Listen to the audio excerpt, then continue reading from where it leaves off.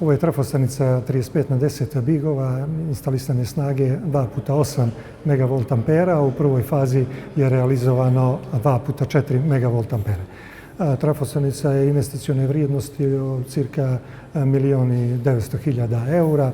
Priključni 35 i 10 kV kablovi su koštali oko 900.000 eura.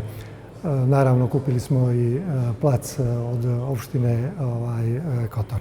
Trafostanica je izuzetno značajna zbog poboljšanja napajanja ovog dijela Grblja u kome se nalaze izuzetno atraktivne lokacije koje su na području sela Bigova i dio prema Glavatičiće i uopšte čitavo područje Donjeg Grblja će vrlo brzo osjetiti poboljšanje u isporuci i u kvalitetu napona.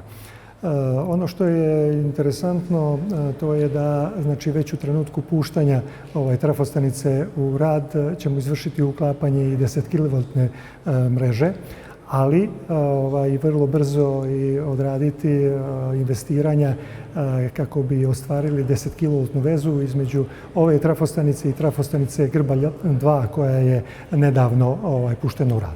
Trafostanica se trenutno nalazi u fazi pripreme za tehnički prijem i očekujemo tokom septembra mjeseca da će biti na mreži.